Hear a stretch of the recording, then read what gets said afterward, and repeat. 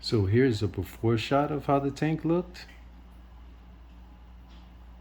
And here's after. I removed everything from the tank, removed the rim, and gave it a good clean.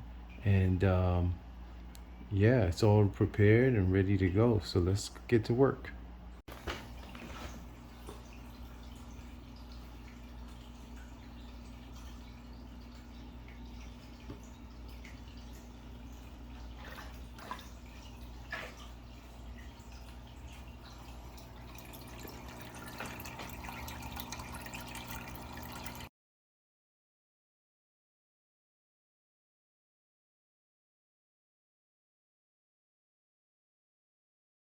So I have the rocks placed, and I have a couple of sticks from a branch that I found outside. It broke off of there. There's my little bucket and the old fake plants that was in there. But got the tank rimless, got the rim removed. That thing was a pain to get off, and then to clean up all the residual silicone. But it's pretty much done. You can see a faint water line there.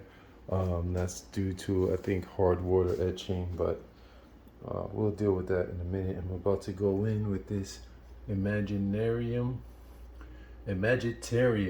aquatic substrate. It's 20 pounds of this gravel, so I'm gonna get that put in and see how we go.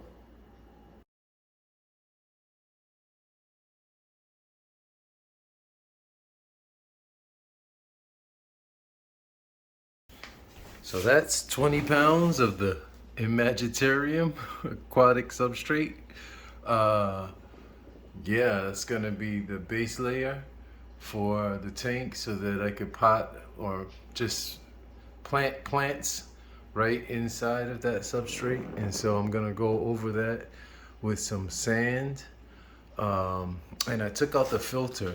I have this,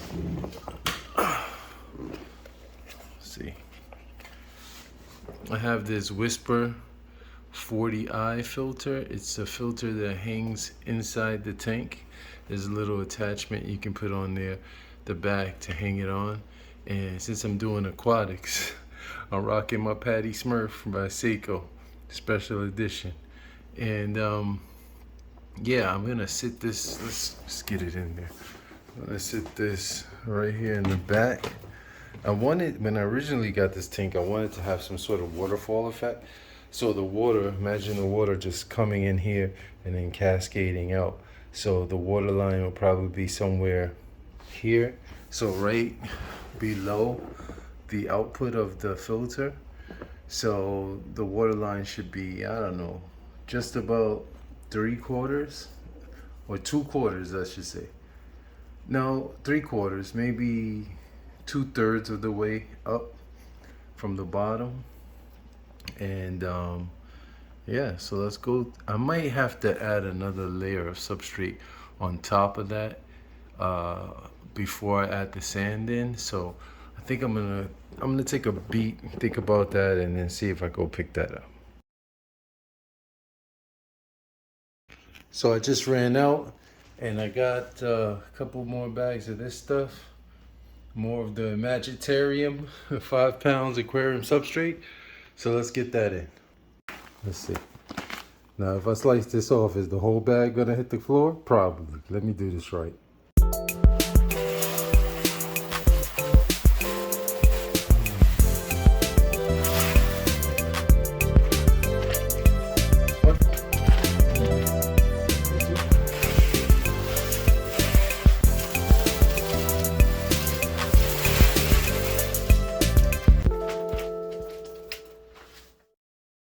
Next up is this big boy.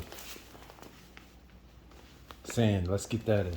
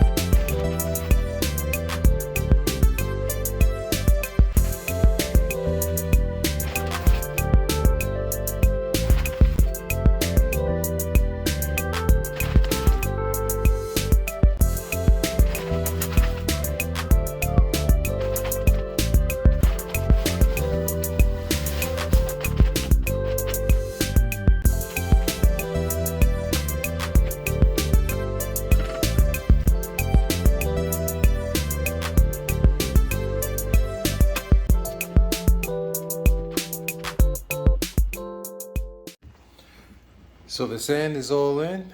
That's a total of 50 pounds of substrate. You can see some of the stuff down here that I had put in first, and then these whiter pebbles, and then the sand. And so the rocks will be revealed a little bit more once I add water in there. I put less sand over here near the intake of the filter because obviously I don't want that sucking up sand. But we're gonna get some water in there and give it a couple of runs. I didn't rinse the sand, so we're gonna get some floating particles and what have you. And I'll give it a good rinse and change the water out a few times before I get this thing to start running. So here we go.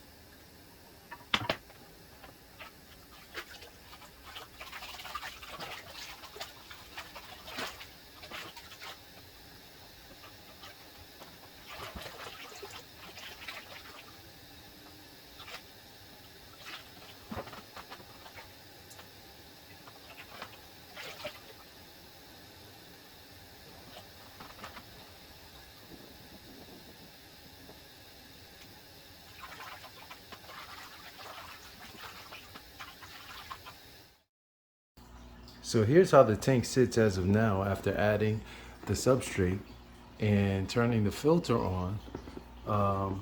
It's a mechanical filter. It just allows for some water movement. It feels so good to have water back in this thing and have it running. You may see some clumps of sand there floating, or you may have seen me agitating the surface of the water with my hand.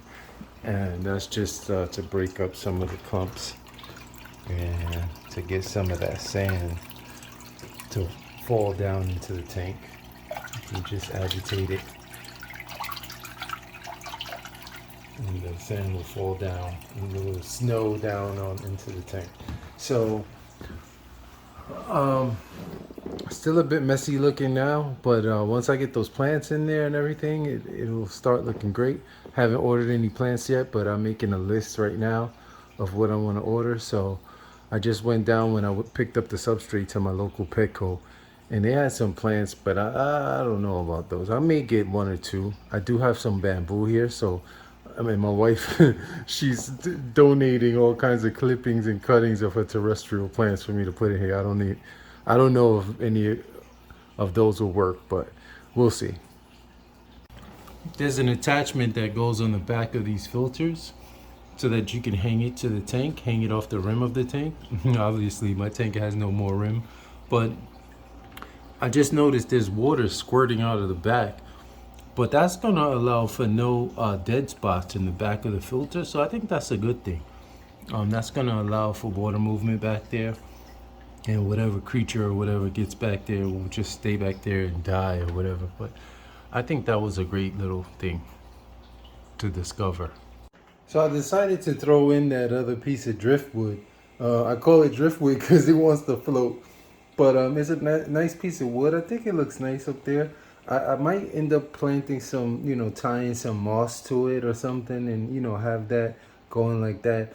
I'm planning on having some floating plants, maybe some duckweed and some, I don't know, whatever floating plants there are, but having some big plants coming up out of the tank on the sides, and then there's I think background, mid, and then foreground plants. I think that's what they call it on the website. So I'm gonna order some of those plants. I may go out and pick up some plants just to start with. Like I said, I do have some bamboo here growing in water, so I may just stick those in to give me some, you know, some oomph to some gas to you know, continue on with this. But I have a vision for how I want it to look, and so I think it's coming along nicely so far. And so it'll be nice to see some things living in there, and then finally get some little creatures in there. You know, some micro and macro fauna, maybe some fish and some shrimp, snails, things of that nature. So